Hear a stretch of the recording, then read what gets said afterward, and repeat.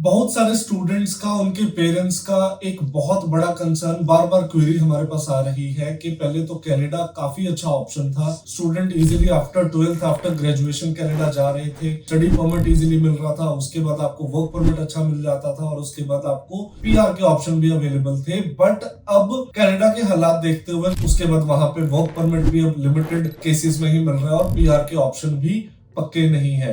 तो इस केस में उनके पास इससे अच्छा और बेटर ऑप्शन क्या है? तो आज हम बात करने वाले हैं फिनलैंड की। फिनलैंड एक ऐसी कंट्री है जिसके हम प्रोज एंड कॉन्स के बारे में जानने वाले हैं।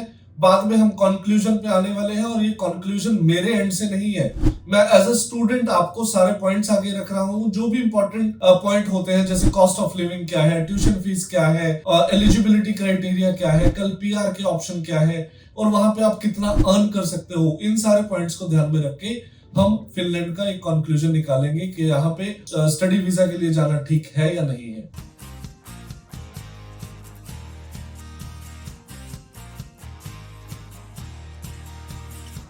फिनलैंड के बारे में जो सबसे बेस्ट चीज मुझे लगती है, ओपेक के हिसाब से फिनलैंड थर्ड रैंकिंग पे आती है। It is the third best country in the world to study. Finland में अगर ट्यूशन फीस की हम बात करने वाले हैं, अगर तो फिनलैंड में रहने वाले वहां के लोकल लोग हैं, फिनिश लोग, उन लोगों के लिए तो एजुकेशन टोटली फ्री है। अगर यूरोपियन यूनियन की किसी और कंट्री से वहां कोई जाकर पढ़ने वाला है तो उसके लिए भी टोटली फ्री है। बट अगर बात करें इंटरनेशनल स्टूडेंट्स के लिए, इंडिया से अगर आप पढ़ने जाते हो तो आपको ट्यूशन फीस पे करनी पड़ेगी। बट इसमें अच्छी चीज ये आती है कि हर यूनिवर्सिटी या कॉलेज में आपको स्कॉलरशिप मिलती है। यहाँ पे डिपेंड करता है आपका एकेडमिक स्कोर क्या है, आपका आईएलटीएस या पीटी में स्कोर क्या है। कनाडा के बारे में अगर बात करें तो हम 9-10 लाख से मिनिमम एक साल की ट्यूशन फीस शुरू होती है और जा रही है 15-16 लाख रुपए तक। बट फिनलैंड की जो यूनिवर्सिटीज है वो बेटर यूनिवर्सिटीज है कनाडा से। अब अगला पॉइंट आ जाता है यूरोप के केस में, जो सबका एक बहुत बड़ा डाउट रहता है कि यहाँ पे जाने के लिए आपको वहां की नेटिव लैंग्वेज सीखनी पड़ती है। तो हम बात करने वाले हैं इंग्लिश की। अगर आप इटली जाते हो लेट्स से स्टडी के लिए तो आपको इटालियन सीखनी इंपॉर्टेंट है। बट अगर हम फिनलैंड की बात करते हैं तो फिनलैंड नॉर्डिक रीजन में आता है। इस रीजन में जितने भी कंट्रीज आते हैं, यहाँ की 70 to 80% पॉपुलेशन इंग्लिश के साथ बहुत ज्यादा कंफर्टेबल है। अगर फिनलैंड में बिग सिटीज की बात करें जैसे हेलसिंकी, यहाँ 100% पॉपुलेशन ही इंग्लिश में बात करती है। इंग्लिश से आपका क्या बेनिफिट होने वाला है? एक तो आपकी स्टडी इंग्लिश में है, उसके बाद आपको जॉब लेना बहुत इजी हो जाता है। फिनलैंड में जाना किन लोगों को चाहिए?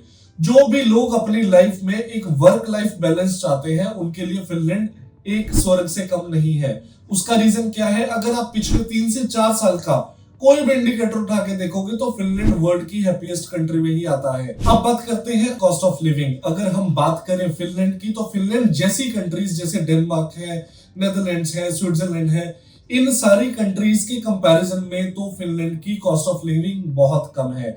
यहाँ आप 40-50-60 हजार रुपए में इजिली आपका ग्रोसरी का, अकोमोडेशन का सारे खर्चे हो जाते हैं और आप इजिली सर्वाइव कर लेते हो।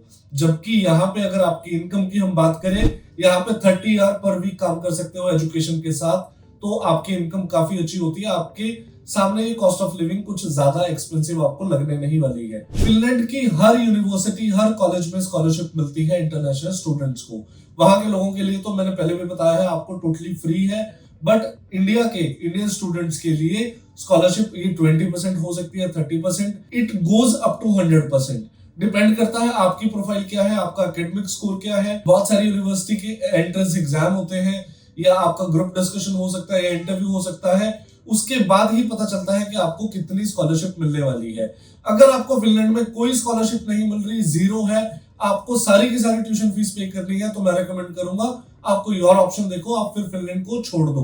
क्योंकि यहाँ पे स्कॉलरशिप्स बहुत इजी है और मिलनी चाहिए। अगर नहीं मिलती तो फिनलैंड का प्लान कैंसिल कर सकते हो। अब अगला पॉइंट आ जाता है कि बच्चों को कब जाना चाहिए। तो अगर आप आफ्टर 12th जाते हो, आपको आईएलटीएस का स्कोर होना चाहिए आपका 6 ईच। अगर किसी एक में 5.5 रह भी जाते हैं तो आपको वो यूनिवर्सिटी नहीं लेगी जो टॉप यूनिवर्सिटी है, but still you can apply with 5.5 in 1 module. अगर आप बैचलर्स के बाद मास्टर्स के लिए जाना चाहते हो तो आपका ओवरऑल स्कोर होना चाहिए 6.5, नॉट लेस देन 6। और एकेडमिक स्कोर की हम बात करें तो आपके 60% प्रीवियस एजुकेशन में होने इंपॉर्टेंट है, अदरवाइज आप अप्लाई नहीं कर सकते। तो क्या जाना चाहिए? अगर आफ्टर 12th एक स्टूडेंट इंडिया में रह जाता है और दूसरा स्टूडेंट चला जाता है फिनलैंड, तो अगर हम 5 साल की कैलकुलेशन करते हैं कि 5 साल के बाद जिस बच्चे ने इंडिया में ग्रेजुएशन करी है और जिस बच्चे ने वहां पे ग्रेजुएशन करी है, तो उसमें क्या डिफरेंस आने वाला है। अगर हम मोटी मोटी सी बात करें कि 5 साल इंडिया में अगर कोई स्टूडेंट लगाता है, 3 से 4 साल तो उसकी ग्रेजुएशन करने में निकल जाती है। ग्रेजुएशन करने के बाद अगर हम best to best case scenario की भी बात करें, तो बच्चे को 30 से 35 हजार रुपए पर मंथ की जॉब मिल सकती है। ये भी मैं बेस्ट केस सिनेरियो की बात कर रहा हूं। अदरवाइज जो 70 to 80% स्टूडेंट हैं जो नॉर्मल कॉलेज यूनिवर्सिटी से निकलते हैं, उनको तो 10, 15, 20 हजार रुपए की जॉब ही इनिशियली मिलती है। तो 5 साल बाद अगर मैं बात करूं तो इंडिया में स्टूडेंट ऑन एन एवरेज की बात हम कर रहे हैं, तो वो कमा रहा होगा साल का 3 से 4 लाख रुपए। ये मैक्सिमम मैं मान के चल रहा हूं। बट अगर इसी के साथ हम एक स्टूडेंट जो है फिनलैंड गया है, एवरेज स्टूडेंट है, जिसकी इंग्लिश में आइल्स का आपका स्कोर पहले ही अगर 6 है और आपने वहां की किसी अच्छी यूनिवर्सिटी में एडमिशन ली है, तो 5 साल के बाद एक तो आप सारी स्टडी के दौरान भी आप अपना कमाने वाले हो, अपने एक्सपेंसेस खुद निकालने वाले हो, उसके अलावा वहां की जो अगली फीस आने वाली है वो भी खुद पे करने वाले हो। तो 5 साल के बाद आप एटलीस्ट 30 से 35 लाख रुपए ईयरली आप कमा रहे होंगे। फिर बात आ जाती है टैक्सेशन की। अगर आप इन डेप्थ जाके टैक्स भी कैलकुलेट करते हो, स्टिल आप फिनलैंड में बहुत अच्छी पोजीशन पे होने वाले हो एज कंपेयर टू इंडिया।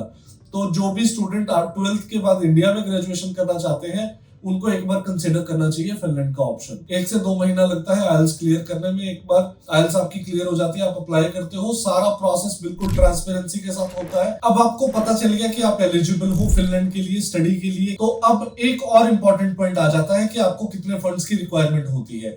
तो यहाँ पे आपको 6.5 से 7 लाख रुपए आपके अकाउंट में होने चाहिए। उसका एक सोर्स होना चाहिए कि वो कहां से आया है। 2 महीने पुराना हो, 3 महीने पुराना हो, चल जाता है, कोई बड़ी प्रॉब्लम नहीं है।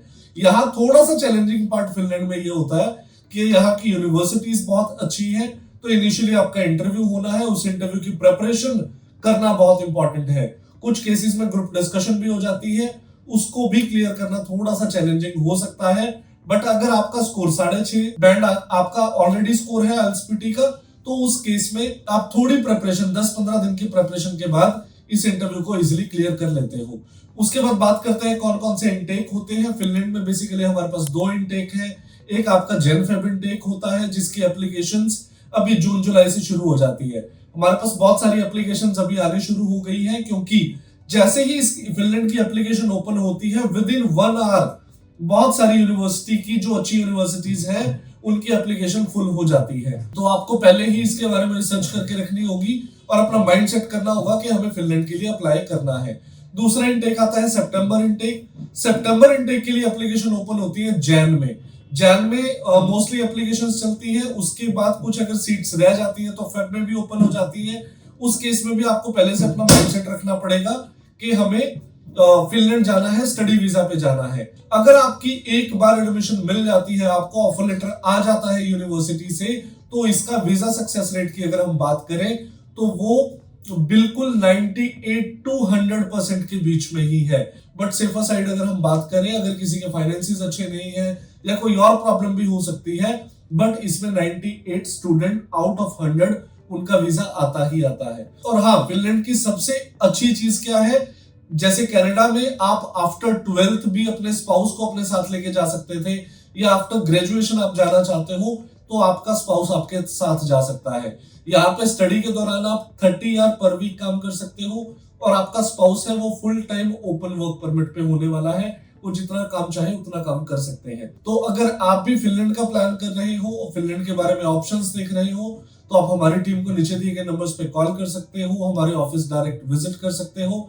इससे ज्यादा इंफॉर्मेशन अगर आपको चाहिए तो आप हमारे ऑफिस विजिट करके अपनी प्रोफाइल एक बार असेस करा के आपको ऑप्शंस मिल जाते हैं कि आप अप्लाई कर सकते हो, नहीं कर सकते, अप्लाई करोगे किस यूनिवर्सिटी में होगा। और ये सारी जो असेसमेंट होती है ये टोटली फ्री ऑफ कॉस्ट है। तो thank you so much for your time, keep watching.